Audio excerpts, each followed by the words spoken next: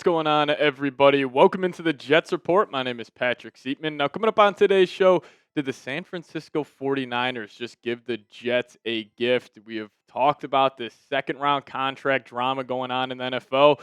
Well, the Niners actually broke the trend. They gave one of their second-round rookies not a fully guaranteed deal. So how does that impact Mason Taylor? We'll talk about that as well. And then also ESPN, they dropped their top 10 corners in the NFL. And Sauce Gardner, a little disrespected. Seems fair. Got a lot of thoughts on that as well. But before we dive into it, if you guys could hit that subscribe button. The Packers Report channel here at Chat Sports has taken a hefty lead on us. So if you guys are new here to the channel, we post a video almost every single day around your New York Jets. We'll also be going live for games during the season and maybe the preseason. So if you're a sicko about your New York Jets, hit that subscribe button today, and we'll keep you guys posted with everything around your favorite football team. All right, so Schefter tweeted this out last night saying the next big domino in the second round has fallen. 49ers second-round pick Alfred Collins, a number 43 overall selection, reach agreement tonight on a 4-year, $10.3 million deal that includes over $9 million guaranteed. So that is the kicker. It wasn't a fully guaranteed deal. Obviously, we know with the Houston Texans, Jaden Higgins, Ursary, they gave both those guys fully guaranteed deals in the second round. So then he also followed up saying, and now is expected to trigger multiple second-round signings, which we have already seen today. R.J. Harvey of the Denver Broncos, he got his deal done. 2 players on the Chicago Bears that they took in the second round, they got their deals done. But if you guys just kind of want to compare where this, stems from last year. So 88% is at $9.06 million, and that's what Alfred Collins got. And then last year's 43rd overall pick got $6.93 million and only signed for $8.87 million total. So clearly we see an increase there. But this was actually quote tweeting Mike Florio saying that the teams caved in to this contract, which I kind of disagree with that, and I agree with what Justice was saying here. I don't see this as a cave at all. Collins' deal moves the market over 30% in guarantees, and that's a positive for the players. Like, these second-round picks, they have made that a massive, massive point during these negotiations. Like, yeah, we want these deals fully guaranteed. Now, normally in the past in the NFL, the first 2 years would be guaranteed, and then the second years would be, or the third and fourth year would be partially guaranteed, but they want all 4 years guaranteed. Whether you agree with that or not, it's just way the NFL world is heading right now. So where does that land Mason Taylor, who was the 42nd overall pick in the second round?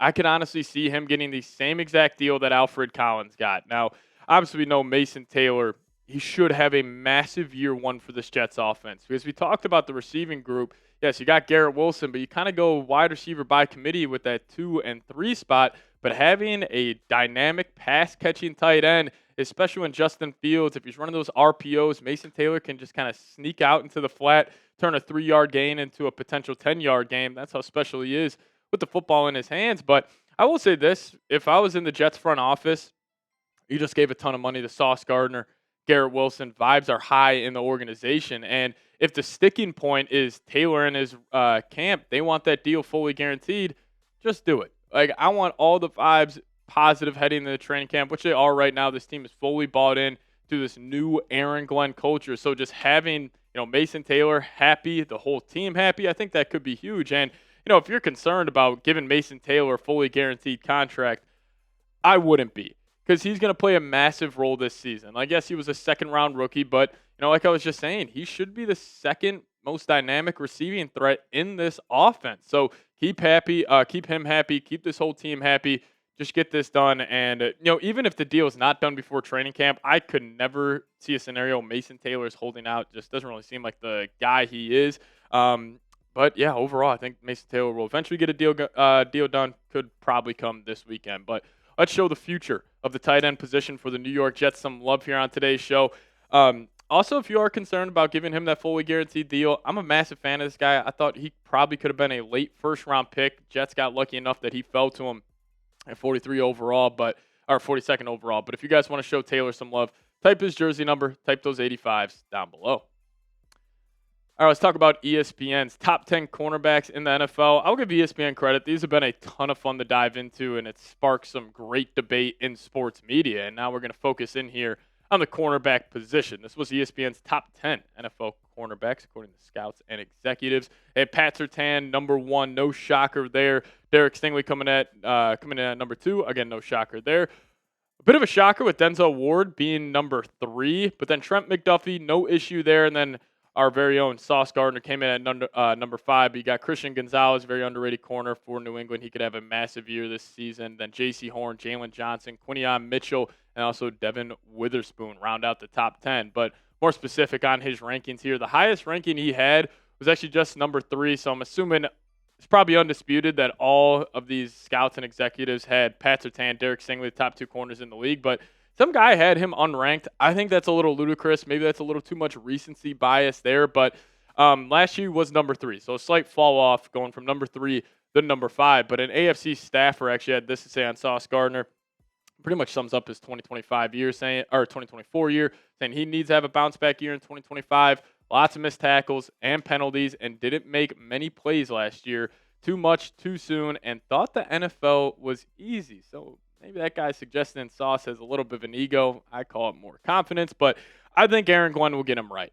Obviously Sauce Gardner, refs started officiating him differently this past season. He is a very grabby corner for a press man guy, and normally at the cornerback position, if you are going to be a press man corner, you're going to be one of the best athletes in the NFL. Sauce Gardner is a very, very good athlete, but is he a top-tier athlete like a guy like Derek Stingley or a Pat Surtain? No. So he kind of has to get grabby in these situations, and if you're calling some tic-tac penalties on him, it can shake some confidence. He'll play the game a different way, but the tackling issue that AFC staffer mentioned, that's got to change, because even a guy like Richard Sherman, who was a press man guy, can drop in the zone. Richard Sherman was one of the best tackling cornerbacks in the National Football League. So I could see Sauce going from a poor tackler to a fantastic tackler under Aaron Glenn and Steve Wilkes. But Russ got more news on Sauce. His contract details are actually released. Jets got him locked up for the next 6 seasons, which is fantastic news. Keeps his cap hit low in 2025, only $9.37 million. Jumps up to 12 the following year, then 27, 23, and then 28, it goes to $28 million. But the big kickers, 29 and 30. $38 million and $36 million. Ideally, the Jets at that time would maybe have a rookie quarterback on that rookie contract, so it may not look, obviously that's a huge number, but it may not impact the cap as much as we think. And, we haven't gotten the Garrett Wilson numbers just yet. I wonder if they're going to, shake those out in the same way where it's like, those 29, 20, 30 seasons, massive cap hits for those guys, keep their cap hits low over the next 3 or 4 seasons where, even if Justin Fields works out, Jets could be big spenders next year in free agency since they're backloading these contracts, and obviously the salary cap going to continuously increase here in the NFL. So not really too concerned about Sauce getting that massive payday. That will also be the prime of his NFL career, so he should be playing some good football at that time. But speaking about Sauce bouncing back this upcoming season, what say you on this one? Will Sauce Gardner bounce back next year? Give me a Y for yes. Give me an N for no. You guys let me know your thoughts down below in the comment section. I think he will. And the biggest reason for that is not Sauce himself. I think it's Aaron Glenn. I think he's going to get the most out of this guy. Obviously, Glenn being a former first-round pick, played corner at a very high level for the New York Jets. I'm sure, Sauce was one of the big reasons why he took this job, being like, hey, he had a down year. I'm going to get him back to who he was when he was an all-pro in his first 2 seasons in the National Football League. But, hey, maybe you guys disagree with me. Let me know your thoughts down below. And again, please hit that subscribe button on the way out today. We'll keep you guys posted with everything you need around your New York Jets. Appreciate all of you guys watching today's show. As always, go Jets.